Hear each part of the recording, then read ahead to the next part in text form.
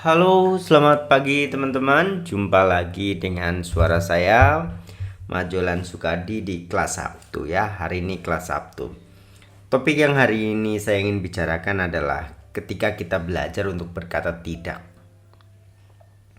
Kenapa saya katakan belajar? Karena ya memang poinnya kalau kita belum sehebat itu, kita belum sekeren itu, ya memang ya poin awalnya kita harus ya belajar dulu gitu. Jangan semua yang datang baik kepada kita katakan ambil. Tujuannya untuk apa? Tujuannya untuk kita tahu diri. Tidaknya itulah.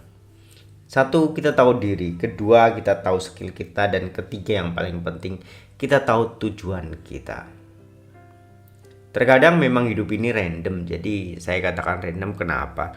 Terkadang hal-hal baik yang kita harapkan terkadang tidak datang.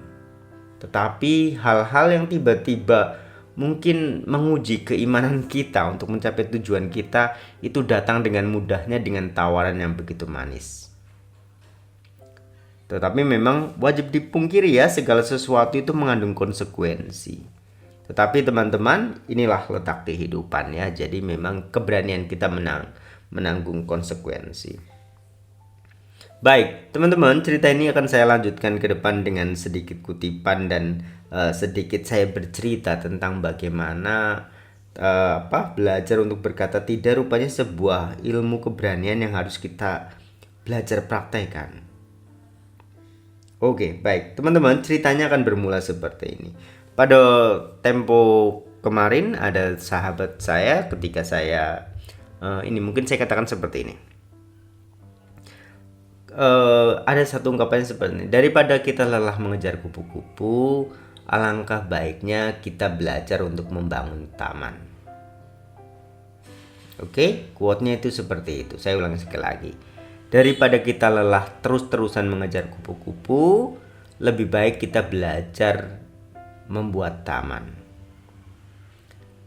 Karena apa? Mengejar kupu-kupu saya katakan di sini sebagai seorang dewasa, kita itu setiap hari mengejar uang. Uang itu memang ya sesuatu yang ya saya katakan dengan jujur ya semua kita butuh gitu. Untuk mendapatkannya kita bisa lewat bekerja atau membuat pekerjaan. Di sini membangun taman ya saya bisa artikan kita membuat pekerjaan kita sendiri. Baik, godaannya muncul setelah cerita ini saya ceritakan dari sini. Ketika kita sedang membuat taman, membuat ya usaha kita lakukan dengan konsisten, rutin, godaan datang biasanya dengan cara yang lebih menggoda. Seperti kupu-kupu itu indah dan siap sudah ada dalam penangkaran, kita tinggal tangkap atau kita tinggal kerjakan eksekusinya. Tetapi suatu hari pastinya kita akan merasa lelah dan ya sudah, kita kupu-kupu di taman orang lain, kita pergi dari taman itu kita tidak punya apa-apa. Tetapi analoginya jika kita membuat taman sendiri, seandainya kupu-kupu kita tidak dapatkan, setidaknya kita punya taman yang indah yang bisa kita nikmati, kita bisa syukuri. Dan kita bisa pamerkan. Harga taman lebih mahal ya saya katakan dibandingkan seekor atau ya sekumpulan kupu-kupu lah. Baik teman-teman, cerita ini saya lanjutkan saat seperti ini kembali. Tempo hari ada sahabat saya yang mengatakan saya untuk mencoba semuanya. Tetapi dengan berpikir jernih dan bijak saya katakan tidaklah. Kita harus tahu diri, kita tahu skill dan tahu tujuan kita. Jangan sampai kesempatan semua yang datang itu kita ambil. Baik, teman-teman, supaya cerita ini lebih akademis dan bersifat agak lebih panjang karena durasinya 10 menit, saya ingin tambahkan seperti ini. Dalam cerita baik yang saya sedikit kuasai atau pelajari sedikit dalam, memang benar setiap kesempatan itu tidak harus kita ambil. Kita harus belajar berani untuk berkata tidak pada kesempatan itu. Dikisahkan dalam cerita ketika Pangeran Siddhartha meninggalkan istana, Raja Mara mencegahnya, lalu menawarinya. Siddhartha, jangan kau meninggalkan istana. Dalam waktu tidak sampai 7 hari dari hari ini, kamu akan menjadi raja jika tidak meninggalkan istana. Baik, kalau ceritanya berangkat dari sini, saya pikir cerita ini akan jauh lebih kuat. Dalam cerita itu dilanjutkan, tentu Pangeran Siddhartha sangat berani mengatakan tidak pada tawaran Raja Mara. Karena apa? Ya kalau dia berkata iya, maka cerita hari ini, cerita keagamaan tidak sampai hari ini. Mungkin Pangeran Siddhartha akan menjadi Raja Dunia. Karena apa? Memang dalam sebuah catatan cerita, Pangeran Siddhartha punya kondisi kemungkinan besar dalam kehidupannya. Satu, dia akan menjadi seorang raja dunia jika dia tinggal di dunia ini. Kedua, jika dia meninggalkan keduniawian, dia akan menjadi seorang Buddha.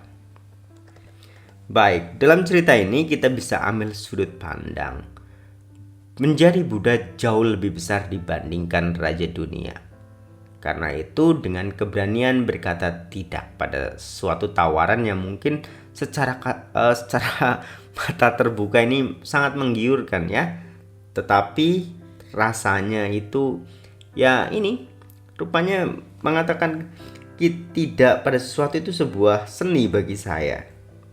Seni tentang bagaimana kita mengelola emosi, bagaimana mengelola kesehatan jiwa, dan ya pokoknya, dan juga menimbulkan rasa percaya diri. Kita itu rupanya bisa ya berkata tidak ya. Berarti kita menjadi pribadi yang lebih besar. Setidaknya kita naiklah dalam satu tangga kehidupan, baik secara pola pikir maupun secara kedewasaan. Baik teman-teman, ceritanya saya lanjutkan.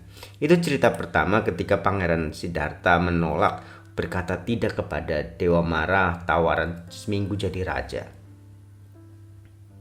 Oke, cerita lainnya adalah ketika Pangeran Siddhartha digoda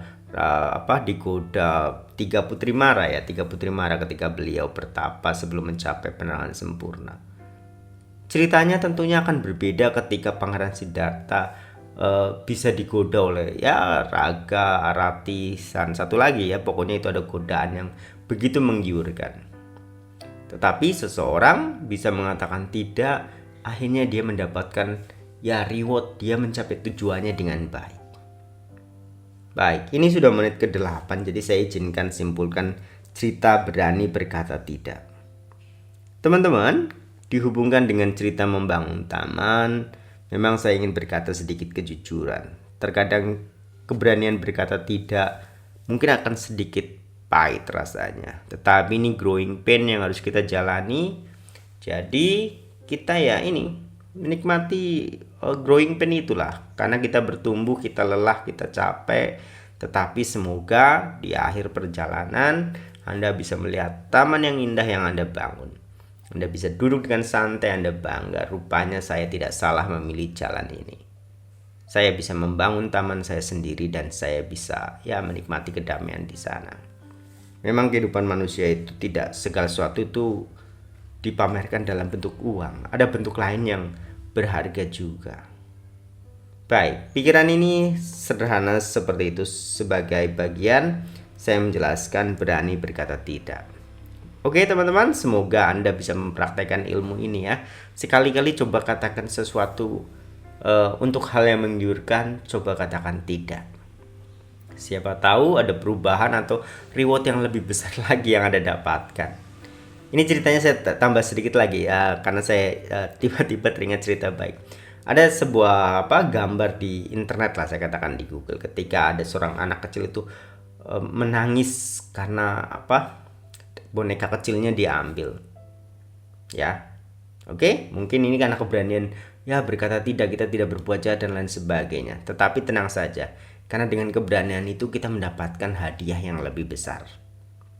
Semoga teman-teman bisa berkata tidak kepada sesuatu yang memang menjauhkan Anda dari tujuan Anda.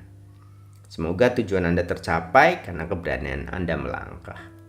Baik, demikian yang bisa saya sampaikan dan saya ucapkan terima kasih. Salam.